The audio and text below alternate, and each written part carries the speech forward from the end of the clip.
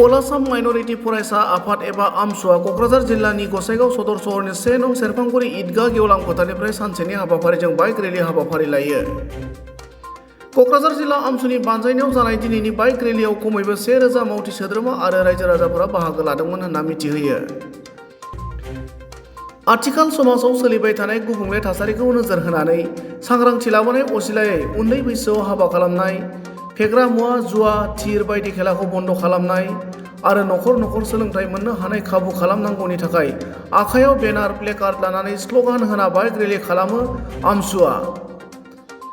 गुबुन फारसेथिं दिनैनि बे हाबाफारियाव आमसुनि आफादगिरि रेजाउल करिम सरकारा बाहागो लानानै आसामनि गिबि मन्त्रि डक्टर हिमन्त बिश्व शर्माया उन्दै बैसोआव जुलि जानायखौ होबथानो हायाखै, मिडियानि सिगाङावल' उन्दै बैसोआव जुलि जानाय खोथाखौ बन्द खालामनायनि बाथ्रा बुङो होनना खौरांगिरिनि सिगाङाव बुङो।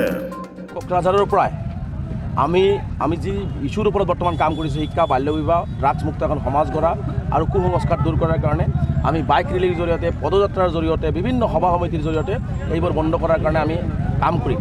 আৰু সেই অনুপাতে আজি ঐতিহাসিকভাৱে আজি আমি পশ্চিম কোকৰাঝাৰ জিলা সমিতিৰ উদ্যোগত আজি আমি বৃহৎ বাইক ৰেলীৰ আয়োজন কৰিছোঁ। আপোনালোকে জানে যে মুখ্যমন্ত্ৰী ডাঙৰীয়াৰ কোনো আন্তৰিকতা নাই বাল্য বিবাহ বন্ধ কৰাৰ ক্ষেত্ৰত। তেওঁলোকৰ চৰকাৰী প্ৰশাসনে আজিলৈকে এটা সভা মিডিয়াৰ ইহত থাকিবৰ কাৰণে, ট্ৰেণ্ডিঙত থাকিবৰ কাৰণে তেওঁ এনেকুৱা ধৰণৰ ভয় ভাবুকি দেখুৱাই, পুলিচ মিলিটাৰী দেখুৱাই বাল্য বিবাহ বন্ধ কৰা হৈ আছে বুলি কৈ থাকে। এইটোৱে কিন্তু বাল্য বিবাহ সমস্যাটোৰ সমাধান নহয়, বাল্য বিবাহ বন্ধ নহয়, বাল্য বিবাহ চলি থাকিব। কিন্তু আমাৰ কথা হৈছে মুখ্যমন্ত্ৰী ডাঙৰীয়াৰ আন্তৰিকতাৰ অভাৱ আছে। মুখ্যমন্ত্ৰী ডাঙৰীয়াৰ যদি আন্তৰিকতা থাকিলেহেঁতেন আজি সমাজৰ প্ৰতিটো স্তৰত তেওঁলোকে অৰুণোদয় আঁচনি দিবৰ কাৰণে ঘৰে ঘৰে মানুহ পঠাব পাৰে।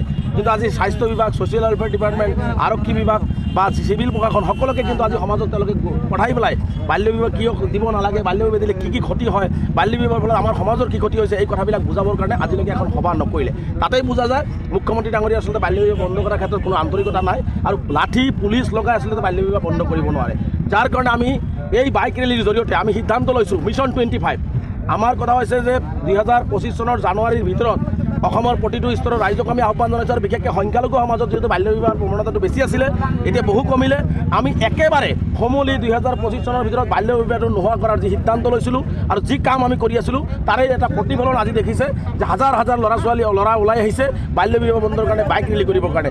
এইটোৱে আমাৰ মিছন আছিলে আৰু এই মিছনত আমি নিশ্চিতভাৱে সফল হ'ম। আৰু অসমবাসী ৰাইজক আমি আহ্বান জনাম আমচুৱে যি বাল্য বিবাহ বিৰোধী অভিযান আৰম্ভ কৰিছে তাত সহযোগিতা কৰিব লাগে। দ্বিতীয়টো কথা হৈছে যে আমি এখন ড্ৰাগছ মুক্ত সমাজ কৰিব বিচাৰিছোঁ। মুখ্যমন্ত্ৰী ডাঙৰীয়া যেতিয়া ড্ৰাগছৰ তৎপৰতা দেখুৱাইছিলে, মানুহ এৰেষ্ট কৰিলে, এনকাউণ্টাৰ কৰিলে, তাৰ পিছতো দেখিছোঁ অসমত দিনক দিনে ভয়াৱহভাৱে ড্ৰাগছৰ ব্যৱসায়, ড্ৰাগছ খোৱা মানুহ বা ড্ৰাগছ ব্যৱসায় বৃদ্ধি পাইছে। কিন্তু মুখ্যমন্ত্ৰী ডাঙৰীয়া এতিয়া কিন্তু নীৰৱ ভূমিকা লৈছে। গতিকে ড্ৰাগছে আমাৰ সমাজখন ছানি ধৰিছে। আমাৰ এই সমাজখন ছানি ধৰা সমাজখনক উদ্ধাৰ কৰিবৰ কথা বৃদ্ধি কৰিব বিচাৰিছোঁ।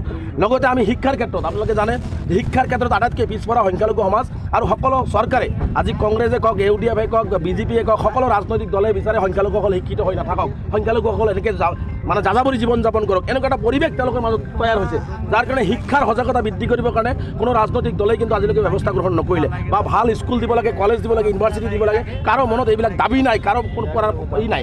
গতিকে সেই শিক্ষাই মূলধন হিচাপে লৈ সকলো অন্যায় অত্যাচাৰ, আজি সংখ্যালঘুৰ ওপৰত যি ধৰণৰ অন্যায় আৰু অত্যাচাৰ হৈ আছে, যি ধৰণে বল্ডুজাৰ লগোৱা হৈছে ঘৰৰ ওপৰত, যি ধৰণে মাদ্ৰাছাৰ ওপৰত, যি ধৰণে শিক্ষাৰ নামত আমাক অত্যাচাৰ কৰা হৈছে, চাকৰিৰ নামত যি অত্যাচাৰ কৰিছে, সকলো অন্যায় অত্যাচাৰৰ জবাব দিবৰ কাৰণে আমি হাতত কাগজ আৰু কলম তুলি লৈ এটা নতুন শৈক্ষিক বিপ্লৱ সৃষ্টি কৰিবৰ কাৰণে ৰাইজৰ মাজত আমি সজাগতা বৃদ্ধি কৰিব বিচাৰিছোঁ। আৰু এটা আমাৰ বিভিন্ন সমাজত বিভিন্ন কুসংস্কাৰ আছে, এই কুসংস্কাৰবিলাক দূৰ কৰিবৰ কাৰণে আমি আজি বাইক ৰেলীৰ জৰিয়তে ৰাইজক আহ্বান জনাইছোঁ। আৰু বিশেষকৈ মই সকলো অসমবাসী ৰাইজক আহ্বান জনাইছোঁ, সংখ্যালঘু ৰাইজক আহ্বান জনাইছোঁ, সকলো ৰাইজ ওলাই আহক। আমি সমাজখন এটা সুন্দৰ সমাজ কৰিব লাগে। আমি সকলোৱে একেলগে বিভিন্ন জাতি জনগোষ্ঠী ধৰ্মৰ মানুহে একেলগে জীয়াই থাকিব লাগে আৰু ভাল মানৱ সম্পদ হিচাপে আমি যাতে জীয়াই থাকিব পাৰোঁ তাৰ কাৰণে ব্যৱস্থা গ্ৰহণ কৰিব লাগে। তাৰ উদ্দেশ্য আগত ৰাখি বাইক ৰেলী আৰম্ভ কৰা হৈছে আৰু ৰাইজৰো যথেষ্ট সঁহাৰি আছে। মই সংবাদ মাধ্যমৰো আপোনালোকৰ সহযোগিতা বিচাৰিছোঁ। আমচুৱে যি এই বৃহৎ ঐতিহাসিক পদক্ষেপ গ্ৰহণ কৰিছে, এই পদক্ষেপৰ অংশীদাৰী হ'বৰ কাৰণে সকলো সৰ্বতৰ প্ৰকাৰ ৰাইজক আমি বিনম্ৰতাৰে আহ্বান জনাইছোঁ।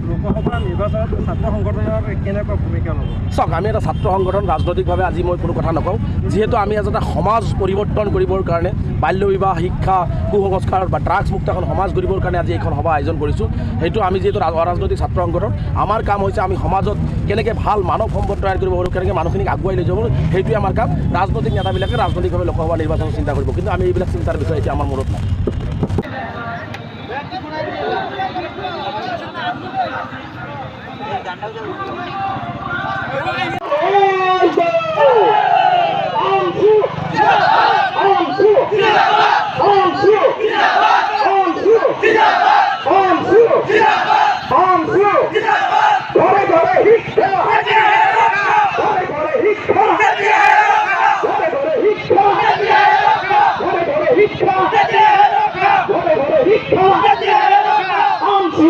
জিন্দাবাদ বাল্য বিবাহ বন্ধ করো বাল্য বিবাহ বাল্য বিবাহ বন্ধ করো বাল্য বিবাহ বন্ধ করো বাল্য বিবাহ বন্ধ করো ঘরে ঘরে শিক্ষা ঘরে ঘরে শিক্ষা ঘরে ঘরে শিক্ষা ঘরে ঘরে শিক্ষা সমিতির সম্মানীয় সভাপতি ডাঙৰীয়া আছে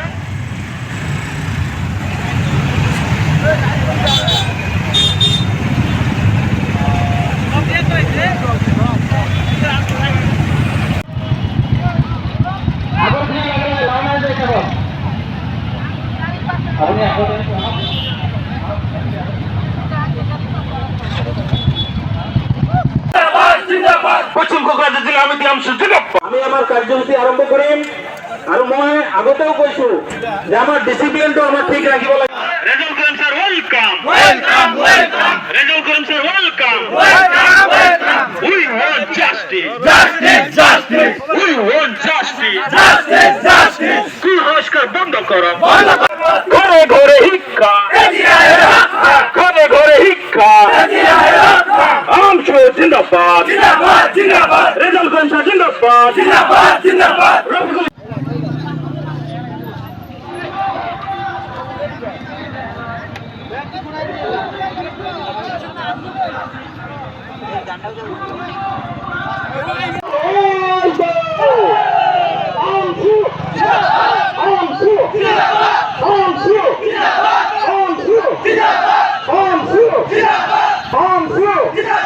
ঘরে ঘরে শিক্ষা ঘরে ঘরে শিক্ষা ঘরে ঘরে শিক্ষা ঘরে ঘরে শিক্ষা ঘরে ঘরে শিক্ষা আমসিও জিন্দাবাদ বাল্য বিবাহ বন্ধ করো বাল্য বিবাহ বাল্য বিবাহ বন্ধ করো বাল্য বিবাহ বন্ধ করো বাল্য বিবাহ বন্ধ করো ঘরে ঘরে শিক্ষা ঘরে ঘরে শিক্ষা ঘরে ঘরে শিক্ষা ঘরে ঘরে শিক্ষা সমিতিৰ সম্মানীয় সভাপতি ডাঙৰীয়া আছে